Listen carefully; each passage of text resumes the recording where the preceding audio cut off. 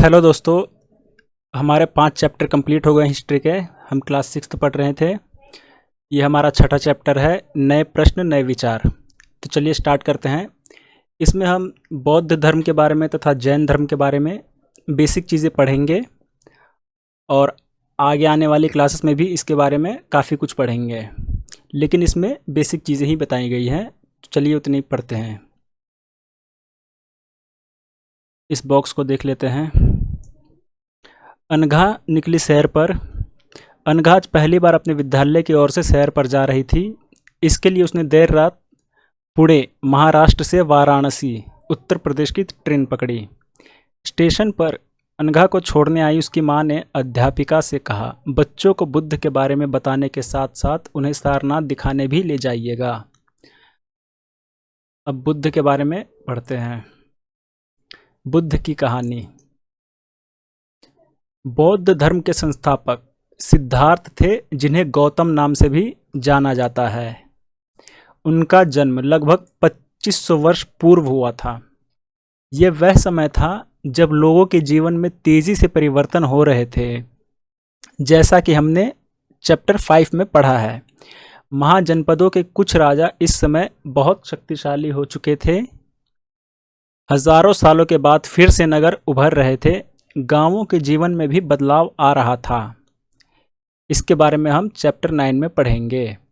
बहुत से विचारक इन परिवर्तनों को समझने का प्रयास कर रहे थे। वे जीवन के सच्चे अर्थ को भी जानना चाह रहे थे। बुद्ध क्षत्रिय थे तथा शाक्य नामक एक छोटे से गण से संबंधित थे। युवावस्था में ही ज्ञान की खोज में उन्होंने घर के सुखों को छोड़ दिया। अनेक वर्षों तक वे भ्रमण करते रहे तथा अन्य विचारकों से मिलकर चर्चा करते रहे। अंततः ज्ञान प्राप्ति के लिए उन्होंने स्वयं ही रास्ता ढूंढने का निश्चय किया। इसके लिए उन्होंने बोध गया, जो कि बिहार में है, वहाँ एक पीपल वृक्ष के नीचे कई दिनों तक तपस्या की। अंततः उन्हें ज्ञान प्राप्त हुआ। इसके बाद वे बुद्ध के रूप में जाने गए। यहाँ से वे वाराणसी के निकट स्थित सारनाथ गए, जहाँ उन्होंने पहली बार उपदेश दिया। तो बौद्ध का पहला उपदेश कहाँ था? वाराणसी के निकट सारनाथ में। कुशीनगर में मृत्यु से पहले का शेष जीवन उन्होंने पैदल ही एक स्थान से दूसरे स्थान की यात्रा करने और लोगों को शिक्षा देने में व्यतीत किया। तो बुद्ध क्षत्रिय थे तथा शाक्य नामक एक छोटे से गण से संबंधित थे। वे वर्षों तक ज्ञान की खोज में भ्रमण करते रहे। वे सत्य जानना चाहते थे। अंततः ज्ञान प्राप्ति के लिए उन्होंने स्वयं ही रास्ता ढूंढने का निश्चय किया और बोध गया में एक पीपल के नीचे कई दिनों तक तपस्या की और उन्हें ज्ञान प्राप्त हुआ। इसके बाद वे सारनाथ गए, जहां उन्होंने अपना पहला उपदेश दिया और मृत्यु से पहले का शेष जीवन उन्होंने पैदल ही एक स्थान से दूसरे स्थान की यात्रा करने और लोगों को शिक्षा देने में व्यतीत किया। आगे बढ़ते हैं। बुद्ध ने शिक्षा दी कि यह जीवन कष्टों और दुखों से भरा हुआ है और ऐसा हमारी इच्छा और लालसाओं, जो हमेशा पूरी नहीं हो सकती, के कारण होता है। कभी कभी हम जो चाहते हैं वे प्राप्त कर लेने के बाद भी संतुष्ट नहीं होते हैं एवं और अधिक वस्तुओं को पाने की इच्छा के कारण और अधिक वस्तुओं को पाने की इच्छा करने लगते हैं। बुद्ध ने इस लिप्सा को तृष्णा कहा है। बुद्ध ने शिक्षा दी कि आत्म संयम अपनाकर हम ऐसी लालसा से मुक्ति पा सकते हैं। उन्होंने लोगों को दयालु होने तथा मनुष्य के साथ साथ जानवरों के जीवन के भी आदर करने की शिक्षा दी। वे मानते थे कि हमारे कर्मों के परिणाम, चाहे वे अच्छे हो या बुरे, हमारे वर्तमान जीवन के साथ साथ बाद के जीवन को भी प्रभावित करते हैं। बुद्ध ने अपनी शिक्षा सामान्य लोगों की प्राकृत भाषा में दी। अब इन्होंने अपनी शिक्षा प्राकृत भाषा में दी, इससे सामान्य लोग भी उनके संदेश को समझ सकें। बुद्ध ने कहा कि लोग किसी शिक्षा को केवल इसलिए नहीं स्वीकार करें कि यह उनका उपदेश है, बल्कि वे उसे अपने विवेक से मापें। आओ देखें उन्होंने ऐसा किस प्रकार किया। ये एक स्तूप है, सारनाथ में है। सारनाथ का स्तूप इस इमारत को स्तूप के नाम से जाना जाता है। यहीं पर बुद्ध ने अपना सर्वप्रथम उपदेश दिया था, इसी जगह पे। इसी घटना की स्मृति में, मतलब कि इसी घटना की याद में यहाँ स्तूप का निर्माण किया गया। अध्याय 10 में हम स्तूप के बारे में और अधिक पढ़ेंगे। आगे बढ़ते हैं। एक कहानी है, आपने शायद सुनी होगी। यह बुद्ध के विषय में एक प्रसिद्ध कहानी है। एक समय की बात है, कीसा गोमती नामक एक स्त्री का पुत्र मर गया। इस बात से वह इतनी दुखी हुई कि अपने बच्चे को गोद में लिए नगर की सड़कों पर घूम घूम कर लोगों से प्रार्थना करने लगी कि कोई उसके पुत्र को जीवित कर दे। एक भला व्यक्ति उसे बुद्ध के पास ले गया। बुद्ध ने कहा, मुझे एक मुट्ठी सरसों के बीज ला कर दो, मैं तुम्हारे पुत्र को जीवित कर दूंगा। कीसा गोमती बहुत प्रसन्न हुई, पर जैसे ही वह बीज लाने के लिए जाने लगी, तभी बुद्ध ने उसे रोका और कहा, ये बीज एक ऐसे घर से मांग कर लाओ जहां किसी की मृत्यु न हुई हो। कीसा गोमती एक दरवाजे से दूसरे दरवाजे गई, लेकिन वह जहां भी गई उसने पाया कि हर घर में किसी न किसी की मृत्यु हुई थी। अब इस कहानी से आप बताओ कि बुद्ध उनको क्या समझाने का प्रयास कर रहे थे। उपनिषद। इसी समय बहुत से दूसरे अन्य चिंतक भी दार्शनिक प्रश्नों का उत्तर ढूंढने का प्रयास कर रहे थे। उनमें से कुछ मृत्यु के बाद के जीवन के बारे में जानना चाहते थे, जबकि अन्य यज्ञों की उपयोगिता के बारे में जानने को उत्सुक थे। इनमें से अधिकांश चिंतकों का यह मानना था कि इस विश्व में कुछ तो ऐसा है जो कि स्थायी है और मृत्यु के बाद भी बचा रहता है। अब उस समय के जो चिंतक थे वह काफ़ी कुछ ढूंढने, बहुत सारे उत्तर प्रश्न थे जिनको वो ढूंढना चाहते थे, उन्हें हल करना चाहते थे। वह जानना चाहते थे कि यज्ञों की उपयोगिता क्या है, यज्ञ करने से क्या होता है। और बहुत से लोगों का मानना था कि इस विश्व में कुछ तो ऐसा स्थायी है जो कि हमेशा रहता है, मृत्यु के बाद भी बचा रहता है। उन्होंने इसका वर्णन आत्मा तथा ब्रह्मा अथवा सार्वभौम आत्मा के रूप में किया है। वे मानते थे कि अंततः आत्मा तथा ब्रह्मा एक ही है। ऐसे कई विचारों का संकलन उपनिषदों में हुआ है। उपनिषद उत्तर वैदिक ग्रंथों का हिस्सा थे। उपनिषद का शाब्दिक अर्थ है गुरु के समीप बैठना। इन ग्रंथों में अध्यापकों और विद्यार्थियों के बीच बातचीत का संकलन किया गया है।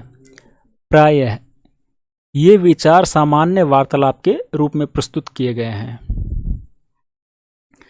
ये देख लेते हैं भारतीय दर्शन की 6 पद्धतियां। सदियों से भारत द्वारा सत्य की बौद्धिक खोज का प्रतिनिधित्व दर्शन की 6 शाखाओं ने किया। ये वैषयिक, न्याय, सांख्य, योग, पूर्व मीमांस और वेदांत या उत्तर मीमांस के नाम से जाने जाते हैं। दर्शन की इन 6 पद्धतियों की स्थापना क्रमशः ऋषि कणद, गौतम, कपिल, पतंजलि, जैमिनी और व्यास द्वारा की गई मानी जाती है, जो आज भी देश में बौद्धिक चर्चा को दिशा देते हैं। जर्मन मूल के ब्रिटिश भारतविद फ्रेडरिक मैक्समूलर के अनुसार दर्शन की इन 6 शाखाओं का विकास कई पीढ़ियों के दौरान व्यक्तिगत विचारकों के योगदान से हुआ है। यद्यपि ये एक दूसरे से भिन्न दिखते हैं, तथापि सत्य की इनकी समझ में आधारभूत तालमेल दिखता है। ये उतना इम्पोर्टेंट नहीं है, इसको छोड़ देते हैं।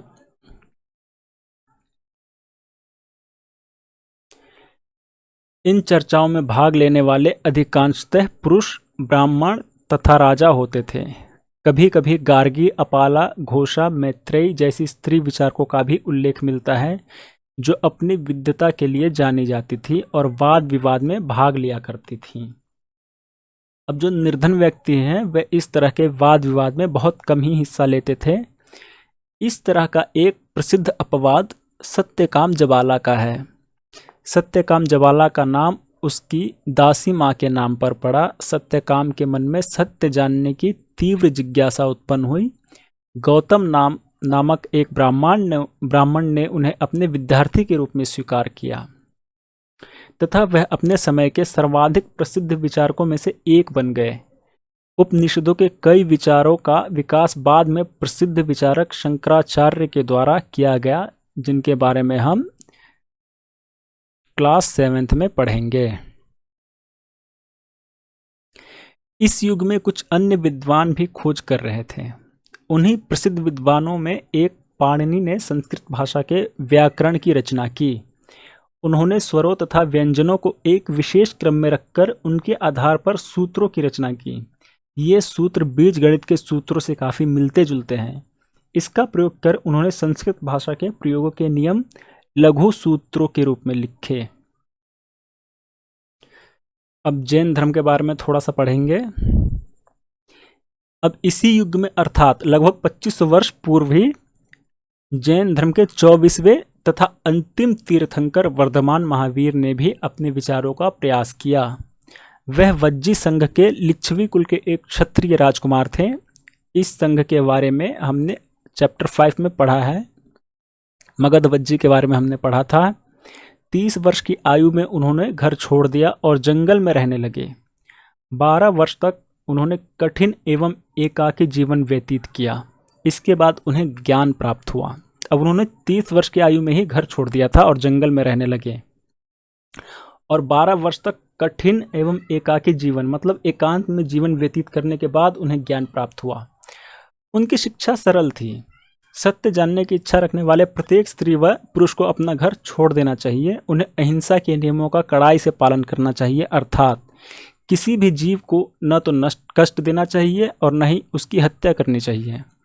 महावीर का कहना था, सभी जीव जीना चाहते हैं, सभी के लिए जीवन प्रिय है। महावीर ने अपनी शिक्षा प्राकृत में दी है। यही कारण है कि साधारण जन भी उनके तथा उनके अनुयायियों की शिक्षा को समझ सके। देश के अलग अलग हिस्सों में प्राकृत के अलग अलग रूप प्रचलित थे। प्रचलन क्षेत्र के आधार पर ही उन्हें अलग अलग नाम थे। जैसे मगध में बोले जाने वाली प्राकृत भाषा मागधी कहलाती थी।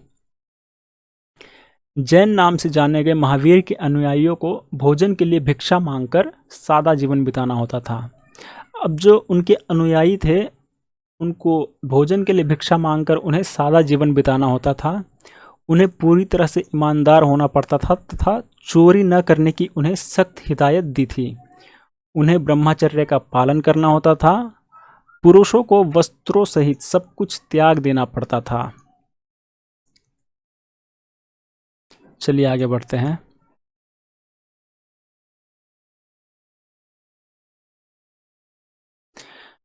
अधिकांश व्यक्तियों के लिए ऐसे कड़े नियमों का पालन करना बहुत कठिन था। फिर भी हजारों व्यक्तियों ने इस नई जीवन शैली को जानने और सीखने के लिए अपने घरों को छोड़ दिया। कई अपने घरों पर ही रहे और भिक्षु भिक्षुणी बने लोगों को भोजन प्रदान कर उनकी सहायता करते रहे। मुख्यतः व्यापारियों ने जैन धर्म का समर्थन किया। किसानों के लिए इन नियमों का पालन करना अत्यंत कठिन था, क्योंकि फसल की रक्षा के लिए उन्हें कीड़े मकोड़ों को मारना पड़ता था। बाद की सदियों में जैन धर्म उत्तर भारत के कई हिस्सों के साथ साथ गुजरात, तमिलनाडु, कर्नाटक में भी फैल गया। महावीर तथा उनके अनुयायियों की शिक्षाएं कई शताब्दियों तक मौखिक रूप में ही रही। वर्तमान रूप में उपलब्ध जैन धर्म की शिक्षाएं लगभग 1500 वर्ष पूर्व गुजरात में वल्लभी नामक स्थान पर लिखी गई थी।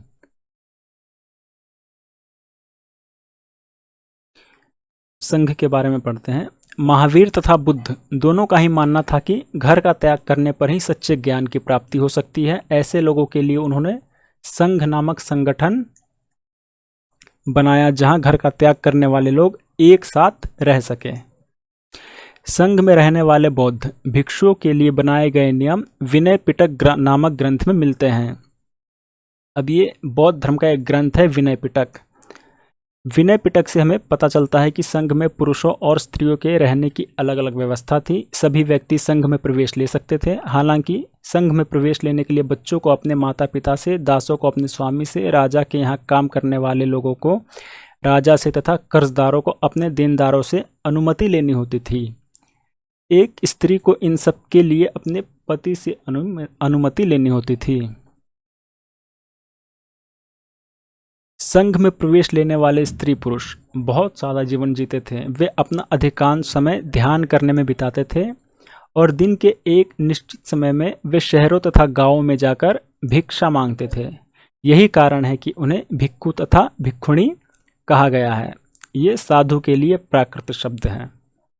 वे आम लोगों को शिक्षा देते थे और साथ ही एक दूसरे की सहायता भी करते थे। किसी तरह की आपसी लड़ाई का निपटारा करने के लिए वे प्राय बैठकें भी किया करते थे। संघ में प्रवेश लेने वालों में ब्राह्मण, क्षत्रिय, व्यापारी, मजदूर, नाई, गणिकाय तथा दास शामिल थे। इनमें से कई लोगों ने बुद्ध की शिक्षाओं के विषय में लिखा तथा कुछ लोगों ने संघ में अपने जीवन के विषय में सुंदर कविताओं की रचना की। अब विहार के बारे में पढ़ेंगे। जैन तथा बौद्ध भिक्षु पूरे साल एक स्थान से दूसरे स्थान घूमते हुए उपदेश दिया करते थे। केवल वर्षा ऋतु में जब यात्रा करना कठिन हो जाता था तो वे एक स्थान पर ही निवास करते थे। ऐसे समय में वे अपने अनुयायियों द्वारा उद्यानों में बनवाए गए अस्थायी निवासों में अथवा पहाड़ी क्षेत्रों की प्राकृतिक गुफाओं में रहते थे। जैसे जैसे समय बीतता गया, भिक्षु भिक्षुणियों ने स्वयं तथा उनके समर्थकों ने अधिक स्थायी शरण स्थलों की आवश्यकता का अनुभव किया। तब कई शरण स्थल बनाए गए जिन्हें विहार कहा गया। आरंभिक विहार लकड़ी के बनाए गए तथा बाद में इनके निर्माण में ईंटों का प्रयोग होने लगा। पश्चिमी भारत में विशेषकर कुछ विहार पहाड़ियों को खोदकर बनाए गए। प्रायः किसी धनी व्यापारी, राजा अथवा भूस्वामी द्वारा दान में दी गई भूमि पर विहार का निर्माण होता था। अब ज्यादातर विहारों का निर्माण कहाँ होता था? जब कोई धनी व्यापारी, राजा अथवा किसी भूमि का स्वामी दान में जमीन दे देता था। स्थानीय व्यक्ति भिक्षु भिक्षुणियों के लिए भोजन, वस्त्र तथा दवाइयाँ लेकर आते थे, जिसके बदले ये भिक्षु और भिक्षुणी लोगों को शिक्षा देते थे। आगे आने वाली शताब्दियों में बौद्ध धर्म उपमहाद्वीप के विभिन्न हिस्सों के साथ साथ बाहरी क्षेत्रों में भी फैल गया। इस समय बौद्ध धर्म की एक नई धारा महायान का विकास हुआ। इसकी दो मुख्य विशेषताएं थी। पहले मूर्तियों में बुद्ध की उपस्थिति सिर्फ कुछ संकेतों के माध्यम से दर्शाई जाती थी। मिसाल के तौर पर उनकी निर्माण प्राप्ति को पीपल के एक पेड़ की मूर्ति द्वारा दर्शाया गया है। पर अब बुद्ध की प्रतिमाएं बनाई जाने लगी। इनमें से अधिकांश मथुरा में तो कुछ तक्षशिला में बनाई जाने लगी। अब दूसरा परिवर्तन क्या हुआ?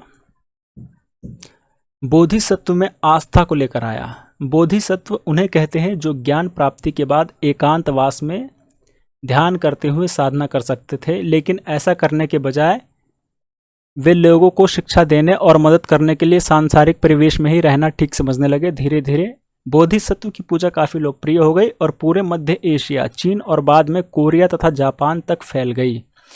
बौद्ध धर्म का प्रसार पश्चिमी और दक्षिणी भारत में हुआ, जहां बौद्ध भिक्षुणियों के रहने के लिए पहाड़ों में दर्जनों गुफाएं खोदी गई। बौद्ध धर्म दक्षिण पूर्व की ओर श्रीलंका, म्यांमार, थाईलैंड तथा इंडोनेशिया सहित दक्षिण पूर्व एशिया के अन्य भागों में भी फैला। थेरवाद नामक बौद्ध धर्म का आरंभिक रूप इन क्षेत्रों में कहीं अधिक प्रचलित था।